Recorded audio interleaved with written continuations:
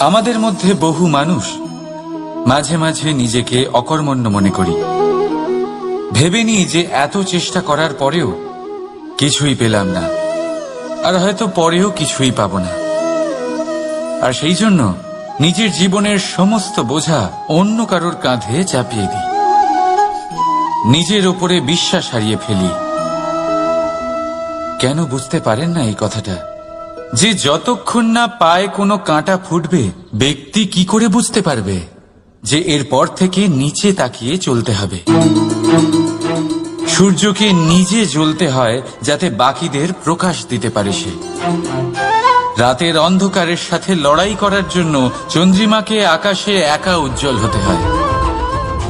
নদী নিজের যাত্রা কি করে করে, নিজের পথ কি করে নির্মাণ করে, সে পাথরের সাথে লড়াই করে তা বানায়। যদি স্বয়ং আপনি নিজের সাহায্য করতে অক্ষম হন, তাহলে নিশ্চিতভাবে আপনার এই জীবন ব্যর্থ হয়ে যাবে। তাই মনে রাখবেন, এই সংসারে নিজের জীবনের ভার নিজের কাঁধেই বহন করতে হয়। অন্যের কাঁধের ওপর শুধুমাত্র পরলোক যাত্রা হয়। সেই জন্য এই সংসারে জীবিত সেই যে আত্মনির্ভর।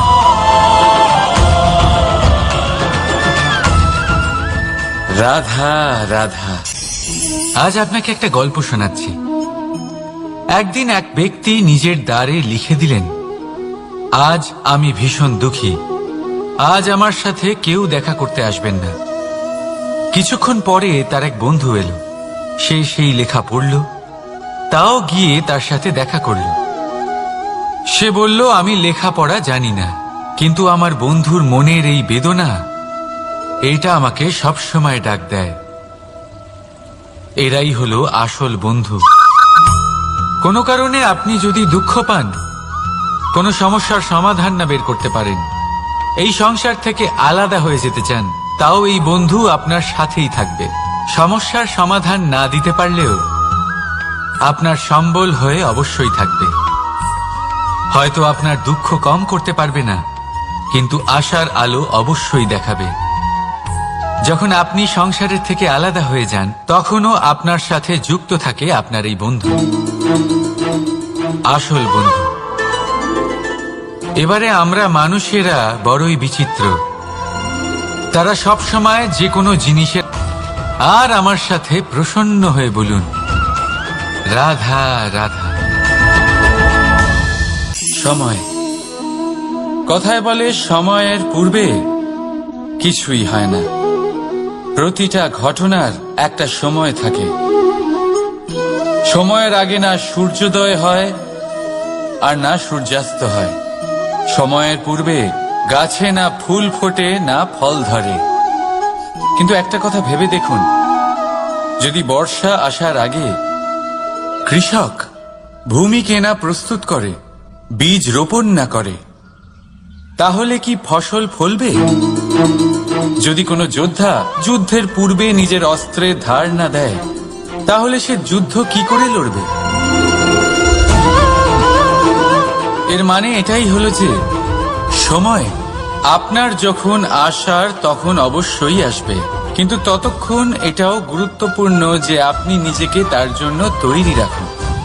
কারণ এই সুযোগ, এই কথাটা শুনতে যত ছোট, এটা আসেও ততটা কম সময়ের জন্য, তারপর চলেও যায়। এবার যদি সুযোগ আপনার হাতে আসে আর আপনি তার জন্য তৈরি না থাকেন, তাহলে আপনি সাফল্য কি করে পাবেন? তাই আপনি সঠিক সময়ের জন্য অপেক্ষা করুন, সেই সুযোগের জন্য অপেক্ষা করুন, কিন্তু ততক্ষণ নিজের চেষ্টার দ্বারা নিজেকে আরো সক্ষম করে তুলুন। কারণ সাফল্য আপনার জন্য অপেক্ষা করছে, শুধু আপনি তার জন্য তৈরি থাকুন। রাধা রাধা। বিন্দু বিন্দু জলেই সাগর নির্মাণ হয়। এবার এই কথা আমরা সকলে জানি। আপনি কি এই কথাটা জানেন যে ছোট ছোট সুখের দ্বারাই বড় সুখ লাভ করা যায়? একজন বাবাকে দেখুন, সন্তানের জন্ম থেকে তার যুবক হওয়া পর্যন্ত তার সাথে ছোট ছোট সুখ যাপন করেন। এই ছোট ছোট সুখগুলি তাদের প্রেমের সম্পর্কে গভীরতা নিয়ে আসে এবং প্রেমের এই গভীরতা তাদের জীবনে বড় সুখ নিয়ে আসে। এটা ঠিক সেই রকম যেরকম বিশাল এক সমুদ্রে, গভীর এক সমুদ্রে অমূল্য রত্ন খুঁজে পাওয়া যায়। এটাও ঠিক সেই রকমই। সেই জন্য জীবনে বড় বড় সুখের খোঁজ করতে গিয়ে সময় নষ্ট করবেন না। এই যে ছোট ছোট সুখ আছে, এগুলোকে যাপন করা শুরু করুন, এগুলোর আনন্দ লাভ করুন, এগুলো নিয়ে উৎসব পালন করুন, প্রেমের গভীরতা বুঝুন আর এই গভীর প্রেমে মন নিমজ্জিত করুন। তারপরে দেখুন এই মন আর এই জীবন সুপ্রসন্ন হয়ে বলবে, রাধা রাধা। এই সংসারে যখন সাফল্যের পথে আপনি অগ্রসর হবেন, তখন আপনার পরিশ্রম, একাগ্রতা, সাহসের সাথে সাথে সমাজের মানসিকতাও সহ্য করতে হবে। প্রত্যেক ব্যক্তি কিছু না কিছু ভাবেন, কিছু না কিছু বলেন। কিছু মানুষ এমন আছেন যারা ভাববেন যে আপনি কিছুই করতে পারবেন না, তারা আপনার নিন্দা করবেন, আর এই নিন্দার কথা ভেবেই আমরা ভয়ভীত হয়ে পড়ি। সেই কারণে নিজেদের আশা, নিজেদের বিশ্বাস হারিয়ে ফেলি। এবার যদি সেই নিন্দার ভয়ে আমরা লক্ষ্যচ্যুত হই, তাহলে সেটা অনুচিত। সেই জন্য জীবনে শুধু পরিশ্রম করতে থাকুন, সামনে এগোতে থাকুন। প্রাপ্তির উদাহরণ সবাইকে দেবে। আসুন আমার সাথে ভালোবেসে বলুন, রাধা রাধা। আমরা জীবনে চলতে চাই, সামনে এগোতে চাই, কিন্তু কখনো কখনো এমন হয় যে আমরা আমাদের লক্ষ্য দেখতেই পাই না। আমরা চিন্তিত হয়ে পড়ি, ব্যতীত হয়ে পড়ি, আমরা কিছু বুঝতেই পারি না। এই মন অশান্ত হয়ে যায়। কিন্তু যদি আপনি থেমে যান, তাহলে নিজের পথ এবং নিজের লক্ষ্য থেকে সরে যাবেন। সেই জন্য চলতে থাকুন, থামবেন না। যতদূর পারবেন চলতে থাকুন, যতদূর দৃষ্টি যাচ্ছে চলতে থাকুন। তারপরেই দেখবেন পরবর্তী পথ আপনা থেকেই আপনার সামনে আসবে। কারণ আপনার দৃষ্টির সীমা থাকতেই পারে, দৃষ্টিভঙ্গির সীমা নেই। আপনার পথের সীমারেখা থাকতেই পারে, কিন্তু সেই পথে চলার সাহসের সীমা নেই। সেই জন্য নিজেকে অসীমিত করে তুলুন। এই সীমারেখা আপনা থেকেই দূর হয়ে যাবে, লক্ষ্য নিজে থেকেই দেখতে পাবেন, আর এই মন সুপ্রসন্ন হয়ে বলবে, রাধা রাধা। মানুষ সবসময় চায় যে তার জীবনে যেন কখনো কোনো সমস্যাই না আসে। সে চায় তার জীবন যেন শুধুমাত্র শান্তি এবং সুখের দ্বারা পূর্ণ থাকে। কিন্তু এই চাহিদা অনুচিত কিছু নয়। আমরা সবাই এটাই চাই যে জীবনে সুখ থাক, শান্তি থাক। কিন্তু এই কথা সবসময় মনে রাখবেন, যে সূর্য উদিত হন সংসারকে প্রকাশমান করেন, দুপুরবেলায় সংসারকে রৌদ্র প্রদান করেন, সন্ধেবেলায় তাকেও অস্ত যেতে হয়। এবার আমাদের জীবন চক্র কিছুটা এরকমই। কোনো কিছুই চিরকাল একরকম থাকে না। কখনো এই নদীকে দেখুন, যা বয়ে চলেছে। এই নদী যা বয়ে চলেছে তার পথেও অনেক বিপদ আসে। বড় বড় পাথরের সম্মুখীন হয়ে তাকেও সামনে এগিয়ে যেতে হয়। একটি পুকুর যা চারদিক থেকে ঘেরা, তার জীবনে কিন্তু কোনো সমস্যা নেই। কিন্তু এই সংসারে পুকুরের পুজো করা হয় না, পুজো করা হয় নদীকে। মনে রাখবেন, সমস্যার ঊর্ধ্বে তিনি উঠতে পারেন যিনি সমাধি লাভ করেছেন, যিনি এই সংসারেই নেই। যিনি এই সংসারে আছেন এবং জীবিত আছেন, তার জীবনের সমস্যা হলো শ্বাসবায়ুর মতোই গুরুত্বপূর্ণ। আসুন আমার সাথে ভালোবেসে বলুন, রাধা রাধা। সংসারে সকলে উঁচুতে উঠতে চায়, কেউ নত হতে চায় না। সবাই এটা মনে করে যে নত হওয়ার অর্থ হলো তাদের আত্মসম্মান এবং অহংবোধের বিরুদ্ধাচরণ করা। তাদের মনে হয় যে যদি আমরা নত হই, সংসার আমাদের দুর্বল মনে করবে, তাদের শৌর্য এবং তাদের ব্যক্তিত্বের অপমান হবে। কিন্তু এটা কি সত্যি? প্রত্যেকবার নত হওয়ার অর্থ কি সম্মানহানি হওয়া? কখনোই নয়। আপনি নিজের জীবনকেই দেখে নিন। আপনার কোনো অমূল্য জিনিস যদি নিচে পড়ে যায়, তাহলে তাকে কিভাবে তোলেন? সেই বস্তুকে তোলার জন্য আপনাকে নত হতেই হবে। আপনি বড়দের আশীর্বাদ কিভাবে লাভ করেন? আপনি নত হয়ে তবেই তাদের আশীর্বাদ লাভ করতে পারেন, তাই না? ভেবে দেখুন, আপনি একটা পথে হাঁটছেন, আপনি দেখতে চাইছেন যে আপনি সঠিক পথে হাঁটছেন কিনা। পায়ের নিচে কাঁটা পড়ে আছে কিনা কিভাবে দেখবেন? আপনাকে সেই মাথা নত করেই দেখতে হবে। এর অর্থ কি? অর্থ খুব সহজ। প্রত্যেকবার নত হওয়া অনুচিত নয়, সেটা কোনোভাবেই সম্মানহানি নয়। পরিস্থিতি অনুসারে এবং যেখানে প্রয়োজন আপনি নত হতে শিখে গেলে আপনি অনেক কিছুই লাভ করতে পারবেন। জ্ঞান, মান, গুণ, বিশ্বাস। সেই জন্য প্রয়োজন এবং পরিস্থিতি অনুসারে নত হতে শিখুন, এতে অনুচিত কিছুই নেই। আত্মসম্মান থাকা অত্যন্ত প্রয়োজনীয়, কিন্তু তা যেন কখনো অহংকারে পরিণত না হয়। এই বিষয়ে অবশ্যই নজর রাখবেন এবং আমার সাথে ভালোবেসে বলবেন, রাধা রাধা। আমরা সবাই জীবনে সুখ লাভ করতে চাই। শুধু জীবনে কেন, জীবনের পরেও আমরা সুখ লাভ করতে চাই।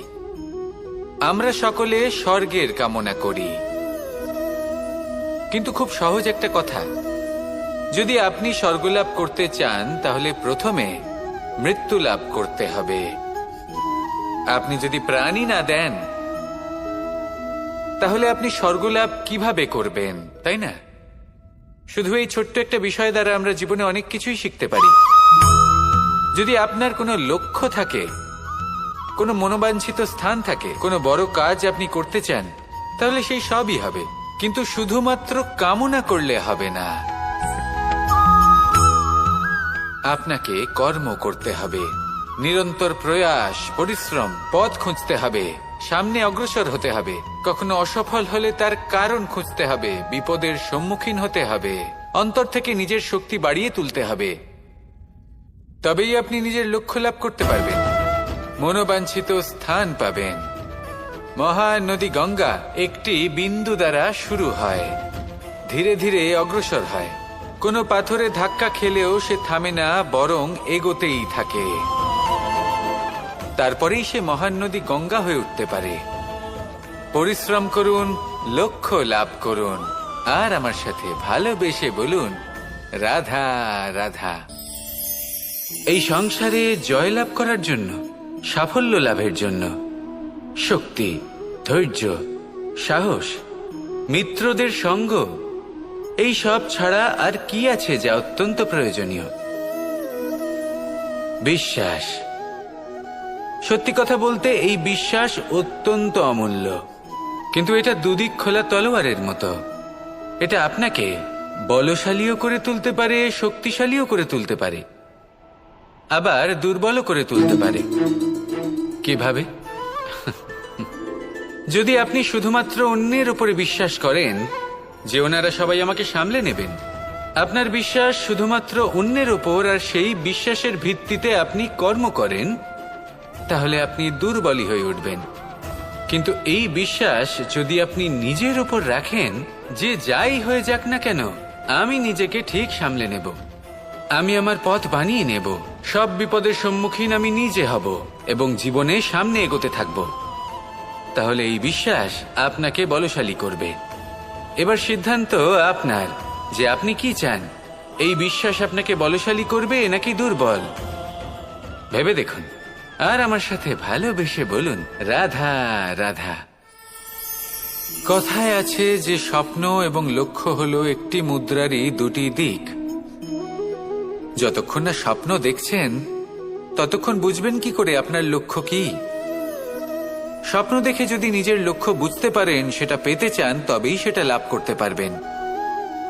কিন্তু স্বপ্ন এবং লক্ষ্য এই দুইয়ের মধ্যে একটা ভারসাম্য রয়েছে যেটা বজায় রাখা প্রয়োজনীয়। একে আমরা বলে থাকি পরিশ্রম। দেখুন, যদি আপনি স্বপ্ন দেখতে চান তাহলে পরিশ্রম ত্যাগ করে নিদ্রা লাভ প্রয়োজন, কিন্তু যদি আপনি লক্ষ্য লাভ করতে চান তাহলে আপনাকে নিদ্রা ত্যাগ করে পরিশ্রম করতে হবে। তাই আলস্য ত্যাগ করুন এবং সিদ্ধান্ত নিন যে আপনি কি চান। আপনার জীবনের এই তুলাদণ্ডে স্বপ্নের পাল্লা ভারী হওয়া প্রয়োজন নাকি লক্ষ্যের? আমার মতে এই দুইয়ের মধ্যে যদি ভারসাম্য বজায় রাখেন তবে পথ নিজে থেকেই সামনে আসবে। শুধু সেই পথে অগ্রসর হতে থাকুন এবং আমার সাথে ভালোবেসে বলুন, রাধা রাধা। বস্ত্র আমাদের সকলের প্রিয়, এটা আমাদের জীবনযাপনের জন্য প্রয়োজনীয়, আমরা সবসময় চেষ্টা করি সেই বস্ত্র পরতে যা পরলে আমাদের দেখতে ভালো লাগে, কিন্তু কখনো এই কথা ভেবে দেখেছেন যে কিছু বস্ত্র যদি স্বচ্ছ হয় তাহলে তা পুরনো হলেও দেখতে ভালো লাগে? ঠিক তেমনি যেমন কোনো খাবার যদি মশলাদার না হয়, অত্যন্ত সুস্বাদু নাও হয়, কিন্তু যদি তা গরম হয়, টাটকা হয়, তাহলে খেতে ভালোই লাগে। ঠিক সেইভাবেই যদি কোনো ব্যক্তি সুন্দর নাও হয় কিন্তু তার কথা খুবই মধুর হয়, তাহলে সেই ব্যক্তি সকলের প্রিয় হয়। কোনো ব্যক্তি যদি ধনবান নাও হন কিন্তু তিনি যদি গুণী হন, তাহলে এই সংসারে সম্মান লাভ করেন।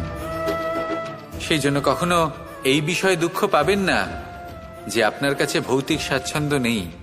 আপনার কাছে সব থেকে বড় বস্তু, সব থেকে মূল্যবান বস্তু যেটা আছে সেটা হলো আপনার আত্মা, আপনার মন, আপনার বিচারধারা, আপনার গুণ, আপনার কথা। এগুলো সবসময় শুভ রাখুন এবং সবসময় নিজের সাথে রাখুন। এই জীবন সফল হবে এবং প্রেমময় হয়ে বলে উঠবে, রাধা রাধা। ছোটবেলা থেকেই আমি গরু চড়িয়ে অভ্যস্ত, সেই জন্য সকলে আমাকে গোপাল নামে ডাকত। কিন্তু গোপাল হয়ে আমি একটা অমূল্য শিক্ষা লাভ করেছি। আমি দেখেছি যে গৌশালাতে অনেক বাছুরের মধ্যে একটি গাই তার নিজের বাছুরকে অবশ্যই চিনে ফেলে। যেখানে সমস্ত বাছুর একই রকম দেখতে এবং প্রত্যেকের স্বরও সমান, তারপরেও সকল বাছুরের মধ্যে নিজের বাছুরকে ঠিক চিনতে পেরে যায় এবং তার সাথেই থাকে। ঠিক এইরকমই কিছুটা হয় আমাদের কর্ম এবং তার কর্মফল। আপনি সবার মাঝে থেকেও কোনো কর্ম যদি করেন, সেই কর্মফল সবার মধ্যে আপনাকে চিনে ফেলবে এবং আপনার সাথেই থাকবে। তাই যখনই কর্ম করবেন ভেবে চিন্তে করবেন। কোনো কর্ম করার আগে একবার ভেবে দেখুন, তাহলে জীবনে বারংবার অনুতপ্ত হতে হবে না। কারণ বিষয়টা কিছুটা এরকম যে এই সংসারে আপনি কাল, কর্মফল এবং সময়, এই তিনের হাত থেকে কখনো লুকোতে পারবেন না, কখনো পালাতেও পারবেন না। আসুন আমার সাথে ভালোবেসে বলুন, রাধা রাধা। জন্ম এবং মৃত্যু, একটি হলো জীবনের সূত্রপাত, আরেকটি জীবনের সমাপ্তি। এটা হলো একটি চক্র এবং প্রত্যেক চক্রের মতোই এটাও যেখান থেকে শুরু হয় সেখানে এসেই সমাপ্ত হয়। অর্থাৎ প্রত্যেক ব্যক্তি যারা জন্ম নিয়েছেন তার জন্মের সাথে এটা সুনিশ্চিত হয়ে যায় যে তার মৃত্যু হলো অবশ্যম্ভাবী। এই সংসারে এমন কিছুই নেই যা চিরকালের মতো থেকে যায়। এবার এটা আমরা সবাই জানি। আমাদের কাছে যে জীবনটা আছে, যেটা আমরা যাপন করতে পারি, সেই সময়কালে আমরা কি করতে পারি সেটা গুরুত্বপূর্ণ। এমন কিছু করুন যার ফলে মৃত্যুর পরেও আপনি অমর হয়ে থাকবেন। আমাদের কথা, আমাদের কর্ম এই সংসারে প্রেরণা প্রদান করতে পারে। আর যদি আমরা প্রেরণা নাও জোগাতে পারি, তাও এই সন্তোষ বোধ যেন থাকে যে আমরা আমাদের জীবন ব্যর্থ হতে দিইনি।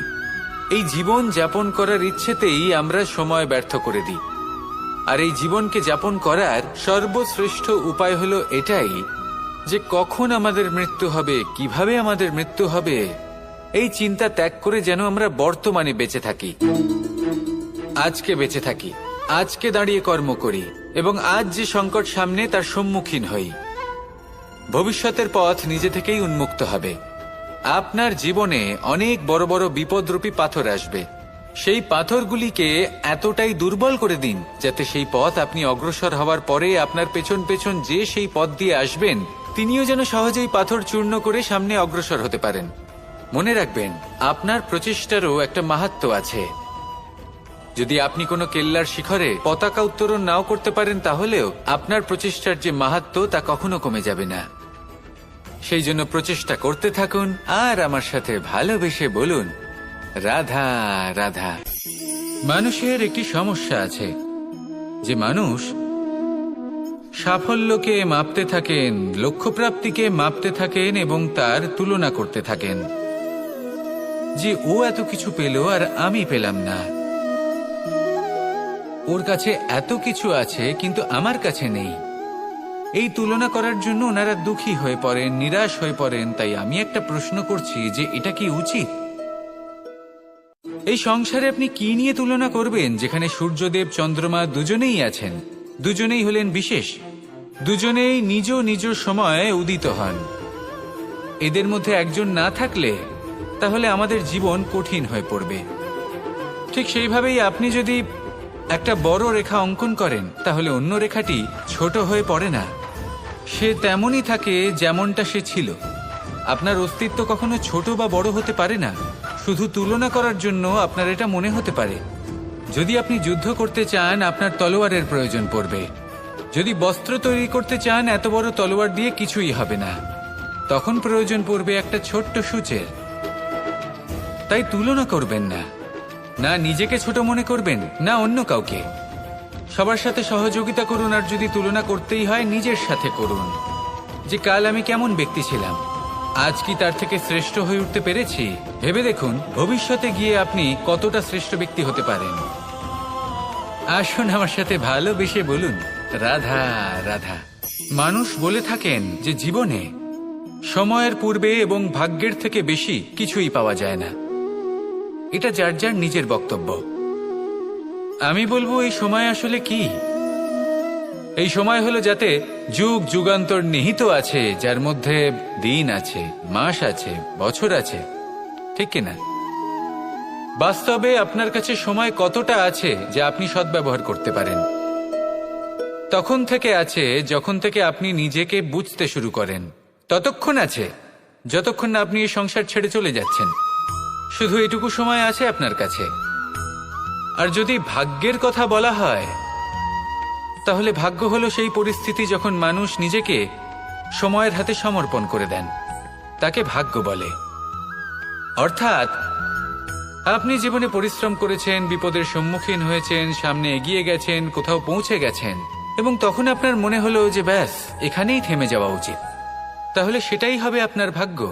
যদি ভাগ্যের কথা বলা হয়, তাহলে বলবো সত্যবানের ভাগ্যে মৃত্যু লেখা ছিল, কিন্তু সাবিত্রীর কর্ম তাকে পুনর্জীবিত করে তুলেছিল। অর্থাৎ এই ভাগ্য বদল করা সম্ভব কর্ম এবং পরিশ্রমের দ্বারা। ভেবে দেখুন, ফেলুন নিজের কর্মের দ্বারা নিজের প্রারব্ধ গড়ে তুলুন এবং আমার সাথে ভালোবেসে বলুন, রাধা রাধা। এই সংসারে নির্মাণের বিষয়ে জ্ঞান লাভ করার পূর্বে ধ্বংসের বিজ্ঞান বুঝে নেওয়াও খুব প্রয়োজনীয়। যখনই আমরা ব্যায়াম করি, তখন কি হয়? আমাদের পুরনো মাংসপেশি নষ্ট হয়ে যায় এবং সেই মাংসপেশির স্থানে আমরা নতুন মাংসপেশির নির্মাণ করে থাকি। যেমন একটা নতুন ইমারত গড়ে তোলবার পূর্বে পুরাতন ইমারতকে ভঙ্গ করে দিতে হয়, তবেই তো সেই স্থান সজীব হবে, ঠিক কিনা? এবারে জ্ঞান এবং বিজ্ঞান ছাড়াও এমন কিছু আছে যা কিনা অত্যন্ত গুরুত্বপূর্ণ। তা হলো সীমা পার করে যাওয়া। এই যে সীমা, এই যে নিয়ম, তা মানুষের জন্যই বানানো, তাকে নিয়ন্ত্রণ করার জন্য তৈরি করা হয়েছে। এমন অনেক সীমা, এমন অনেক নিয়ম মানুষের জন্য অত্যন্ত মঙ্গলকারী। কিন্তু কিছু এমন সীমা আছে, কিছু এমন নিয়ম আছে যা মানুষের লঙ্ঘন করে যাওয়া অতি আবশ্যক। যতক্ষণ না এই সীমা লঙ্ঘন করছেন, নিজের নতুন অস্তিত্বকে খুঁজেই পাবেন না, সেই স্থানে পৌঁছতেই পারবেন না যেখানে সংসার তাকে চিরস্মরণীয় করে রাখবে। সেই জন্য জীবনে যাই করবেন, সীমা অতিক্রম করে যান। যদি পরিশ্রম করেন, তাহলে সীমা অতিক্রম করে পরিশ্রম করুন। যদি লক্ষ্যের দিকে অগ্রসর হন, তাহলে সীমা অতিক্রম করে অগ্রসর হন। কোনো সীমারেখা যাতে না থাকে, সেই সর্বোচ্চ স্থান দেখুন এবং অগ্রসর হন। এই সংসারে অগ্রসর হওয়ার জন্য এই সীমারেখা বুঝে নেওয়া এবং তা অতিক্রম করার জ্ঞান লাভ করা প্রয়োজনীয়। আসুন আমার সাথে ভালোবেসে বলুন, রাধা রাধা। আমরা সবাই এই সংসারে সূর্যের মতো হয়ে উঠতে চাই, সূর্যের মতো তেজস্বী, প্রকাশময়, যশস্বী। সূর্যের মধ্যে এতটাই তেজ থাকে যে সবাই তার সামনে নত হয়ে থাকে। সেই কারণেই সূর্যকে যশদানের গ্রহ বলা হয়। আমরা সবাই সূর্যের মতো উজ্জ্বল হতে চাই, কিন্তু তার জন্য সূর্যকে প্রত্যেক দিন জ্বলতে হয়। এই সংসারে শুভ ভাব, পবিত্রতা নিয়ে আসার জন্য, প্রকাশ ছড়িয়ে দেওয়ার জন্য সূর্যকে প্রত্যেক দিন অস্তও যেতে হয়, আবার উদিতও হতে হয়, প্রত্যেক দিন জ্বলতে হয়। সূর্য একদিনের জন্য অবকাশ লাভ করেন না। আর যদি অবকাশ পেতেন তাহলে সূর্যকে আর সূর্য বলা হতো না, তাই না? সেই জন্য আপনি যদি সূর্যের মতো হয়ে উঠতে চান, সেই রকম উজ্জ্বল হতে চান, তেজস্বী হতে চান, তাহলে সূর্যের মতো জ্বলতে হবে, অর্থাৎ অগাধ পরিশ্রম করতে হবে। আসুন আমার সাথে ভালোবেসে বলুন, রাধা রাধা। যদি আমি স্থির করি, যদি নিশ্চিত করি একটা মূর্তি গড়ে তুলব, আর কিছুক্ষণ সেই কাজটা করে আবার কিছুক্ষণ পরে বন্ধ করে দিই, আবার কিছুক্ষণের জন্য কাজটা করে আবার সেই কাজ বন্ধ করে দিই, আবার কিছুক্ষণের জন্য কাজটা করে বলি ক্লান্ত লাগছে, কিছুক্ষণের জন্য বিশ্রাম নিয়ে নিই, যদি এইভাবে আমি কাজটা করি তাহলে কি এই কাজ উচিত সময় এবং উচিতভাবে সম্পন্ন হবে? কখনোই নয়। শুধু তাই নয়, যে কোনো কাজ যদি পূর্ণ করতে হয়, উচিতভাবে করতে হয়, উচিত সময়ের মধ্যে করতে হয়, তাহলে প্রয়োজন সততার এবং অখণ্ড প্রচেষ্টার। সততা ছাড়া আপনি যে কাজই করুন না কেন, উচিত সময় তা সম্পূর্ণ হবে না, আর মনোবাঞ্ছিত ফল আপনি কখনোই পাবেন না। তাই যে কাজই আরম্ভ করুন না কেন, সততার সাথে এবং অখণ্ড প্রচেষ্টার সাথে করুন। তখনই কর্ম এবং তখনই এই জীবন সফল হবে, এবং এই মন প্রসন্ন হয়ে বলবে, রাধা রাধা। জ্ঞান এবং অহংকার, এই দুইয়ের মধ্যে সম্পর্ক কোথায়? সম্পর্ক ঠিক সেরকম যেরকম হাত এবং কাকনের, যেমন চোখ এবং দৃষ্টির সম্পর্ক। এবার আপনি বলবেন, এ আমি কি বলছি? জ্ঞান এবং অহংকারের এমন সম্পর্ক কি করে হতে পারে? দেখুন, যে ব্যক্তি জ্ঞানী, যার কাছে জ্ঞান রয়েছে এবং তিনি জানেন যে তার কাছে জ্ঞান রয়েছে, তার মধ্যে নিজে থেকেই অহংবোধ জাগ্রত হয়। খুব কম সংখ্যক এমন জ্ঞানী ব্যক্তি আছেন যারা নিজেদের অহংকারের বিষয়ে আঁচ করতে পারেন। প্রকৃত জ্ঞানী হলেন তিনি, যিনি নিজের জ্ঞানের সদ্ব্যবহার করে অহংকারকে দূর করেন। উচিত সময়ে বুঝে যান, নিজের অন্তর যাচাই করে এই বিষয়টা দেখেন যে তার অন্তরে অহংবোধ জাগ্রত হচ্ছে, এবং নিজেকে সেখানেই থামিয়ে দেন, যাতে অহংকারের পথে তিনি অগ্রসর না হয়ে যান। এই অহংকার কখন উচিত, কখন অনুচিত, কখন প্রয়োগ করা উচিত, উচিত নয়, কখন বাধা দেওয়া উচিত, এটা শেখা অত্যন্ত প্রয়োজনীয়। আর যদি এটা আপনি শিখতে পারেন, তাহলে আপনি একজন জ্ঞানীও হয়ে উঠবেন এবং সুখীও থাকবেন। তাই মনে রাখবেন, এই জ্ঞান নিয়ে কখনোই অহংকার করবেন না, বরং সবসময় নিজের অহংবোধের বিষয়ে প্রকৃত ধারণা রাখবেন। আসুন আমার সাথে ভালোবেসে বলুন, রাধা রাধা। এই সংসারে সব থেকে বেশি কঠোর এবং বলশালী ধাতু হল লৌহ, অর্থাৎ লোহা। হয়তো সেই জন্যই সকল অস্ত্র, সকল শস্ত্র, সকল বাহন, যখনই এদের নির্মাণ হয় তখন সব থেকে বেশি ব্যবহার এই লোহাকে করা হয়। এবার এই লোহার একটা বিশেষ গুণ রয়েছে, সেটা এটাই যে লোহাকে আপনি অন্য কোনো ধাতু দিয়ে কাটতে পারবেন না। লোহা দ্বারাই লোহাকে কাটা সম্ভব। এবার এটা কিভাবে সম্ভব? যে লোহাকে কাটতে হবে তাকে গরম করা হয়, যে লোহা দ্বারা কাটতে হবে সেটাকে ঠান্ডা রাখতে হয়, অর্থাৎ ঠান্ডা লোহা দ্বারা গরম লোহা কাটা হয়। এবার এই যুক্তি, তার প্রয়োগ আমাদের জীবনেও করা যেতে পারে। যদি আপনার কাছে শক্তি থাকে, যদি আপনি বুদ্ধিমান হন, আর যদি আপনার মন স্থির হয়, শান্ত হয়, তাহলে এই সংসারকে আপনি বদলাতে পারবেন। কিন্তু যদি আপনি শক্তিশালী হন, বুদ্ধিমান হন, কিন্তু আপনার মন অস্থির হয়, আপনার মন স্থির না থাকে, কোথায় কোথায় আপনি রেগে যান, তাহলে আপনি কখনোই সংসার বদলাতে পারবেন না। যদি পরিস্থিতিকে নিজের মতো গড়ে নিতে হয়, তাহলে ধৈর্য, সংযম এবং স্থিরতার শীতলতাকে আপন করে নিতে হবে। আসুন আমার সাথে ভালোবেসে বলুন, রাধা রাধা। এই সংসারে সব থেকে বেশি কোমল বস্তু হলো রেশম। এই রেশম এতটাই কোমল হয় যে এর পুরো একটা থান শুধুমাত্র একটা হাতে ধরা সম্ভব। কখনো ভেবে দেখেছেন এই রেশম কিভাবে হয়? একটি কীট তার লালার দ্বারা উৎপন্ন হয়। এই কীট সেই রেশমকে পাক দিতে থাকে, পাক দিতেই থাকে আর আস্তে আস্তে তার মধ্যেই জড়িয়ে পড়ে।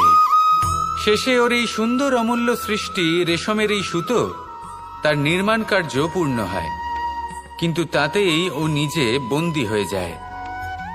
নিজেরই মায়াজালের এই বন্দী গৃহে নিজেই ফেঁসে যায়।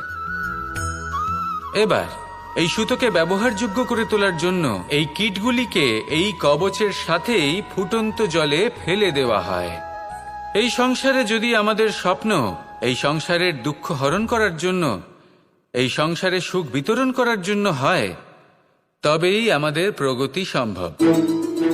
যদি আমাদের এই স্বপ্ন শুধুই আমাদের এবং আমাদের স্বার্থ সিদ্ধির জন্য হয়, তাহলে এই স্বপ্ন আমাদের অন্ধ করে দেবে, আমাদের অন্ধকারের পথে নিয়ে যাবে, আর আমরাও সেই কীটের মতো হয়ে যাব। নিজেদেরই মায়াজালে আমরা নিজেই ফেঁসে যাব, আর শেষে আমরা যদি কিছু লাভ করি তা হবে একাকিত্ব, অন্ধকারময় মৃত্যু। তাই স্বপ্ন অবশ্যই দেখুন, কিন্তু এমনভাবে স্বপ্ন দেখবেন না যে তার এই বন্দিগৃহে আপনি নিজেই ফেঁসে গেলেন। স্বপ্ন দেখুন পরোপকারের, পরমার্থের, সবাইকে উদ্ধারের, অন্ধকারের নয়। তবেই কল্যাণ হবে, আর তবেই এই হৃদয় প্রসন্ন হয়ে বলবে রাধা রাধা। নন্দ বাবাও খেলার ছলে খুব বড় বড় শিক্ষা দিতেন। অনেকদিন আগেকার কথা, বাবা আমার জন্য একটা মানচিত্র নিয়ে এলেন। এটা ছিল জম্বু দ্বীপের মানচিত্র, ঠিক যেন একটা ধাঁধা যা টুকরো টুকরো করে বিভিন্ন দিকে ছড়ানো, যেগুলোকে আমায় জুড়তে হতো। ব্যাস শুধু এটুকুই ছিল আমার কাজ। আমি বারবার প্রচেষ্টা করলাম, কিন্তু বারবার অসফলই রয়ে গেলাম। বাবা এটা দেখলেন এবং হাসলেন। বাবা বললেন, একটা কাজ করো, এই প্রত্যেকটি অংশকে উল্টে রাখো। আমিও উল্টে রাখলাম। তারপরে দেখলাম প্রত্যেক অংশে মানুষের শরীরের কোনো না কোনো অংশ চিহ্নিত। কোথাও হাত আছে, পা আছে, কোথাও মুখ আছে। বাবা বললেন যে এবার এটা জুড়তে চেষ্টা করো। আমিও জুড়ে দিলাম। মানুষের মানচিত্র পূর্ণ হলো। এবার বাবা বললেন, এটা উল্টে রাখো, মানচিত্র পূর্ণ আকার ধারণ করেছে। আমি বললাম, ঠিক আছে। আমি উল্টে রাখলাম, দেখলাম জম্বুদ্বীপের মানচিত্র পূর্ণ হয়েছে। বাবা বললেন, যদি দেশকে সফল করে তুলতে চাও, শক্তিশালী করতে চাও, স্থির বানাতে চাও, তাহলে সবার আগে দেশবাসীকে একত্রিত করতে শেখো। সকল সৈন্যগণ যখন একজোট হয়ে দাঁড়াবে, তখন দেশের শক্তি আরো বেড়ে যাবে। শুধু তাই নয়, বাবা বললেন, যদি ভালোবাসার সাথে জড়িয়ে পড়ো, তাহলে পরমাত্মাও তোমার সামনে এসে দেখা দেবেন। তাহলে এটাই করুন, আর আমার সাথে ভালোবেসে বলুন রাধা রাধা। আসতে চলেছে দোল উৎসব। দোল অর্থাৎ রং, দোল অর্থাৎ প্রেম, দোল অর্থাৎ রাধা কৃষ্ণ। কখনো ভেবেছেন কেন এই দোল উৎসব রাধা কৃষ্ণের সাথে জড়িত? উত্তর সহজ। রাধা আর কৃষ্ণ পৃথিবীতে এসেছে প্রেম শেখাতে, আর পৃথিবী তৈরি হয়েছে পঞ্চরঙের পঞ্চ পদার্থ দিয়ে: ভূমি, বায়ু, অগ্নি, জল আর আকাশ। দোলের এই উৎসব না শুধুমাত্র রাধা আর কৃষ্ণের প্রেমের প্রতীক, বরং পৃথিবীতে এই পঞ্চ পদার্থের মিলনেরও প্রতীক। সেই পদার্থ যা না কেবল এই পৃথিবী তৈরি করে, বরং সেই মানুষদেরও সৃজন করে যারা এই পৃথিবীতে বাস করেন। আর যখন মানুষ একে অপরকে দোলের রঙে রাঙিয়ে দেয়, তখন কাউকে আলাদা দেখতে লাগে না, সবাইকে একরকম লাগে। কারোর মুখ দেখা যায় না, যদি কিছু দেখা যায় তা শুধু এই রং, প্রেমের রং, উল্লাসের রং, পৃথিবীর নির্মাণকারী পঞ্চ পদার্থের রং। তাই বয়ে যান এই রঙের নদীতে, আর গড়ে তুলুন এই সম্পর্ক এক নতুন উদ্যমে। শুভ দোলযাত্রা। আর হ্যাঁ, ভালোবেসে বলুন, রাধা রাধা। এই ফল দেখতে পাচ্ছেন আপনি? সবাই জানে এই ফলের থেকে বেরোনো বীজ একটা নতুন বৃক্ষকে জন্ম দেবে, যে নতুন বৃক্ষ আবার এমন এক ফলের জন্ম দেবে। কিন্তু আপনি কি কখনো ভেবে দেখেছেন ফল আর বীজের সম্পর্ক এতই গভীর, অথচ বৃক্ষের মূল আর বৃক্ষের শাখার মধ্যে এত দূরত্ব কেন? কারণ দূরত্ব অতি আবশ্যক। যদি আপনি কাউকে নিজের কাছে চিরকালের জন্য রাখতে চান, তখন তাদের থেকে দূরত্ব কিছু সময় দরকারি। এই দূরত্বই হলো সেই কারণ যার জন্য আপনি আপনার সঙ্গীর মাহাত্ম্য বুঝতে পারেন। এই দূরত্বের জন্যই আপনি আরো প্রেরণা পান যাতে তাদের সাথে আবার দেখা হয়।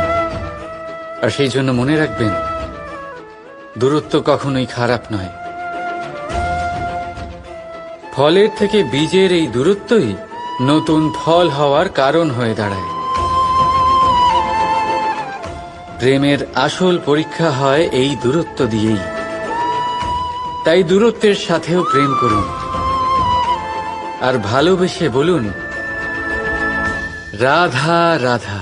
আকাশ থেকে ঝরে পড়া বৃষ্টির ফোঁটা বড়ই শীতল, মিষ্টি আর পবিত্র হয়, কিন্তু সবার ভাগ্য ভিন্ন ভিন্ন হয়। এবারে দেখুন, যদি কোনো ফোঁটা কলা পাতায় পড়ে তা শিশির হয়ে থেকে যায়, প্রকৃতির সৌন্দর্য বাড়ায়, প্রাণীদের তৃষ্ণা মেটায়। যদি কোনো ফোঁটা ঝিনুকে পড়ে তা মুক্ত হয়ে যায়, আর যদি কোনো ফোঁটা সাপের মুখে পড়ে তাহলে তা বিষ হয়ে যায়।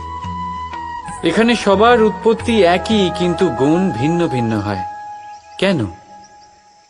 কি কারণ এটার? কারণ হলো সংস্পর্শ। সংস্পর্শ বড়ই প্রভাবশালী হয়। চাইলে সে আপনার উত্তরণ ঘটাতে পারে, আবার চাইলে আপনার পতনও ঘটাতে পারে। এবার বৃষ্টির ফোঁটা এটা চয়ন করতে পারে না যে তার সংস্পর্শ কি হবে, তার ভাগ্য কি হবে। কিন্তু আমরা তো মানুষ, আমরা তো আমাদের সঙ্গ বাছতে পারি। তাই ভাবনা চিন্তা করে নিজের সঙ্গ বাছুন। এই চয়ন কিন্তু আপনারই, আর এর পরিণামও আপনাকেই ভোগ করতে হবে। রাধা রাধা।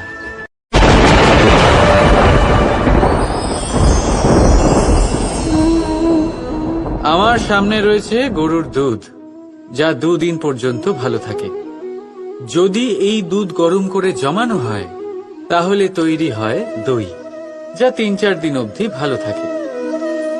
যদি এই দইকে মন্থন করেন তৈরি হবে মাখন, যা অনেক সপ্তাহ ভালো থাকে। আর যদি এই মাখন ফোটানো হয় তাহলে তৈরি হয় ঘি, যা বহু বছর ভালো থাকে।